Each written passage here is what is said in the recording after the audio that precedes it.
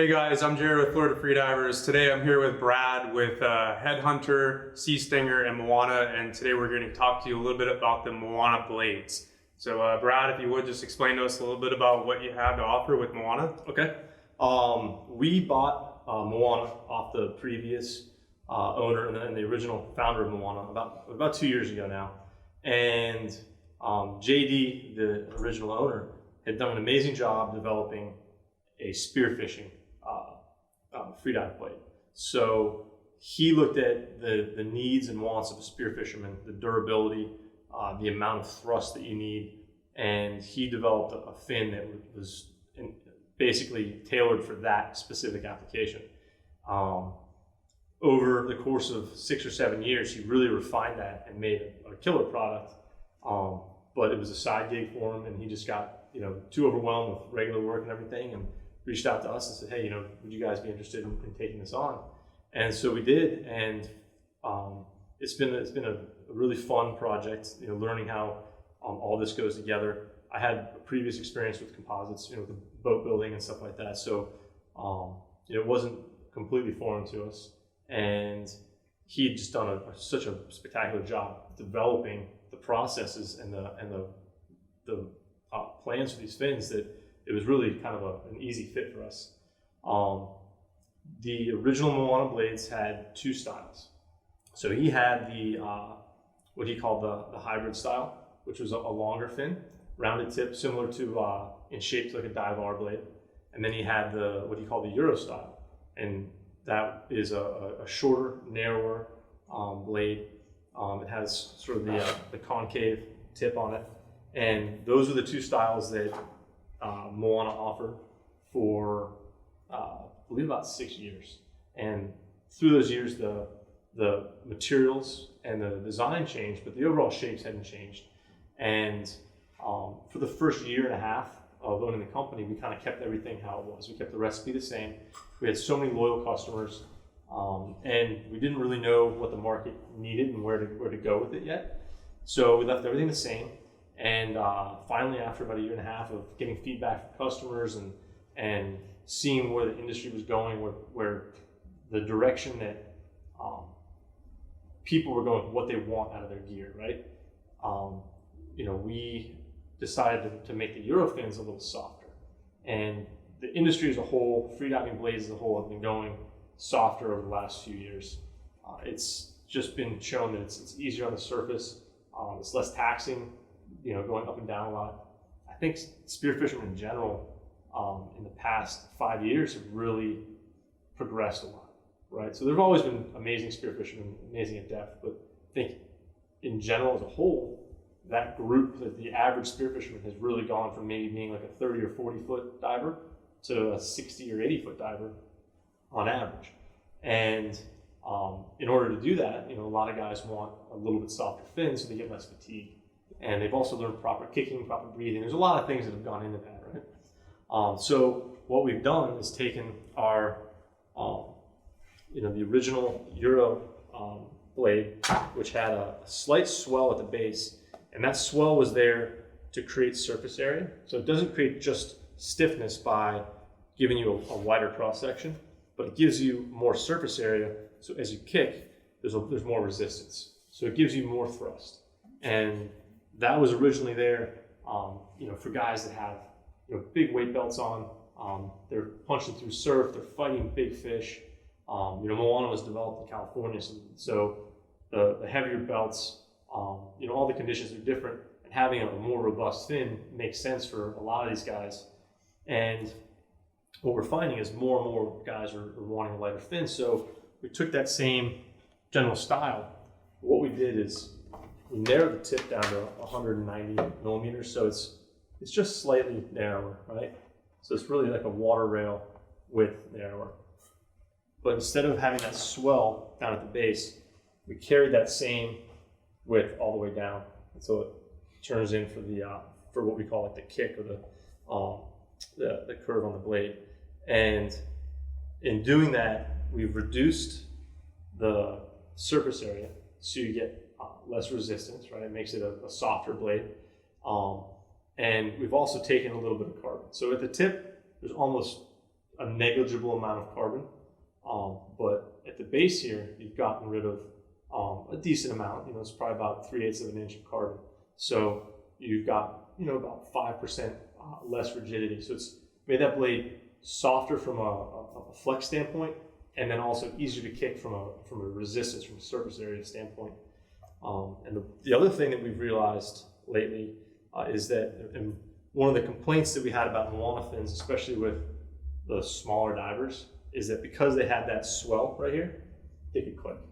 And whether it was someone who was trying to hunt silently and their fins would click and maybe spook a fish, or a smaller diver that just had narrower hips, narrower legs, and they would just click every once in a while, just getting rid of that 3/8 of an inch and 3/8 of an inch and just having that straight profile really just eliminated any of that. And when combined with the layup that we do and being able to really eliminate that torsional flexing, this fin only really bends like this. It doesn't want to twist at all. So now we've eliminated the clicking as well. And one of the advantages of how we lay up these fins is we use all pre-impregnated carbon fiber. So if you ever see how most companies lay up their fins, it's dry cloth, they pull resin through it, and they put it under a vacuum bag, and they get about a 50% ratio of resin to fiber. Well, the fiber gives you strength. If you have too much resin, it actually makes it brittle. And by using pre-impregnated carbon fiber that we get from aerospace vendors, we're able to get carbon fiber material that has exact resin contents that we want to use. And we're less than 50%. So we get rid of that brittleness. We really help eliminate the odds of shattering, right? Because when it shatters, it's that epoxy cracking first before the carbon lets go. And so by getting all the epoxy out that we can and just having enough to really bond everything together and create a perfect laminate, we've made them so much stronger, so much lighter, so much snappier, and durable. And it also has allowed us to really lay up the fibers exactly how we want them in the exact orientation that we want. And we have enough here in the base that we've come to realize that the tendons, those normal extensions that you see on those foot pockets, those are kind of they're not needed anymore, right? They're like what's the term when it's like a leftover appendage or something like that, right? There's a biological term for that. That's kind of what they are on blades now. When you see these blades with that leftover tendon, that's back from when the blades were just a flat piece of plastic, right? And to get that varying curve like that, to make it stiffer here, you put a rubber wedge that was thicker here and thinner here, and it gave you that varying taper, right? Well, we can do that by controlling the carbon. So by getting rid of these tendons, we're able to use pockets like these, like Setma makes these killer pockets now with no tendons. They're easy to put on. You don't have to worry about your tendons falling off. And our blades match perfectly with these pockets. And there's some other brands out there that are similar.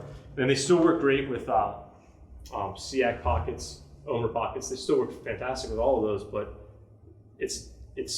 I think the future of freediving blades is to start to minimize these tendons as you can control these composites. And these fins right now are, they're my favorite. This is my personal fin right here, and that's why it's all dirty and beat up. But not having those tendons, it's one less thing where that little clip comes undone when you're traveling and falls off. You're gluing it on. Like, we don't have to glue these on. It's a great fin for spearfishing. It gives you the push that you need when you're fighting a big fish, right? And you want to horse it off the bottom or drag it to the boat. You're fighting current.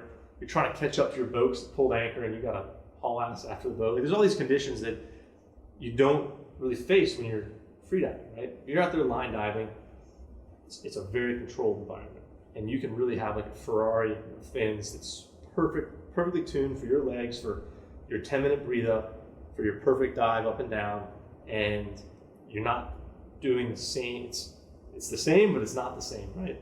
When you're spearfishing, you don't know what's around the next corner, what's around the next rock, and you might be pulling fish from sharks, you might be running from sharks, you might be running towards sharks. There's all these different things that you might be doing, and having a fin that gives you that thrust is really what Moana is for, right? That's the niche that this fin fills. So yeah, that's sort of the gist of what we do and what we have, and kind of rambled on about a whole bunch of different stuff, but gives you guys an idea about what we do. And if you guys have any questions about our blades, and everyone here at Florida Freedivers, they know a lot about them. You know, you can always check out our website and read about them. They have, I think, every model imaginable. And Florida Freedivers does custom colors as well, which you can only get here at Florida Freedivers. We do them only for them. So yeah, I think that covers everything. You have any questions? Sounds like you took a really good brand and only made it more efficient and better, especially for the everyday spearfisherman that's out there. We're trying to. I mean, it's I don't know if there are any other USA-made blades anymore. I know there was one other brand that was making them here in the US. I don't know if they do anymore or not. So I'm not positive. I heard they don't. I could be wrong. But these are 100% made here. We do everything ourselves, and it's it's good and bad. There's learning curves with it, and it's a lot of work, but it gives us total control over everything, and we get to really make an awesome product that we're very proud of. And when it comes time for tweaking and developing, we can think of something and come up with it, and within a few days have that new version and take it and test it and play with it. And so it's been a fun experience. Our customers are super loyal. It's not the biggest brand of fins, but the guys that have used it and the divers that have taken a chance on Moana, they're hooked. They love it. Yeah. So I've always been amazed by how the Moana fins kick, and they are definitely some of the most efficient spearfishing fins that you could ever get out there. Thanks, Brad, for stopping by and chatting with us about the Moana fins, and I can't wait to get out there and try some of these too. The new ones definitely look sick. Okay, cool. Oh wait, we can't do that anymore. Oh, shit. Cut that. Cut. You gotta cut that.